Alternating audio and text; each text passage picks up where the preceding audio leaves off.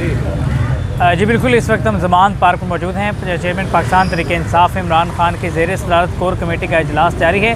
पाकिस्तान तहरीक इंसाफ की अहम काबीना जो इस वक्त ज़मान पार्क पहुँच चुकी है। गुज़श्ता रोज़ इस्लामाबाद जो इस वक्त सुप्रीम कोर्ट में इस वक्त इलेक्शन मुलतवी होने के हवाले से समाअत जारी, उस हवाले से अहम तरीन फैसले किए जाएंगे।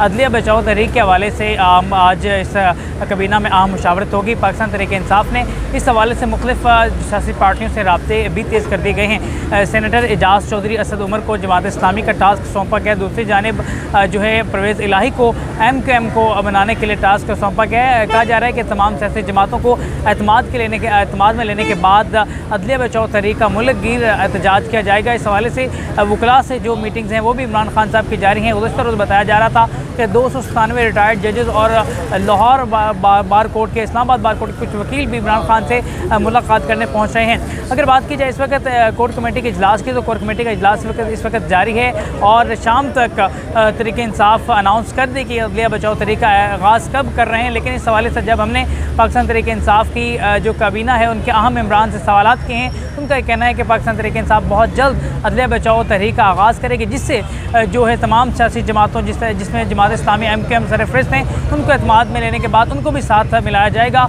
उनको साथ मिलाने के बाद PGM के ख़िलाफ़ अगर PDM इलेक्शन से मुनहरफ होती है, जो सुप्रीम कोर्ट के फैसले को रद्द करती है, तो सूरत में तमाम सियासी जमातों को एतमाद में लेने के बाद पाकिस्तान की जो वसी सतह पर जो अदलिया बचाओ तहरीक का आगाज़ किया जाएगा। हर ज़िला में जो बार कोर्ट हैं उनमें वकील मुतर्रक किए जाएंगे और तमाम जो पाकिस्तान के वकला हैं उनकी सरबराही में अदलिया बचाओ तहरीक सरगर्म की जाएगी।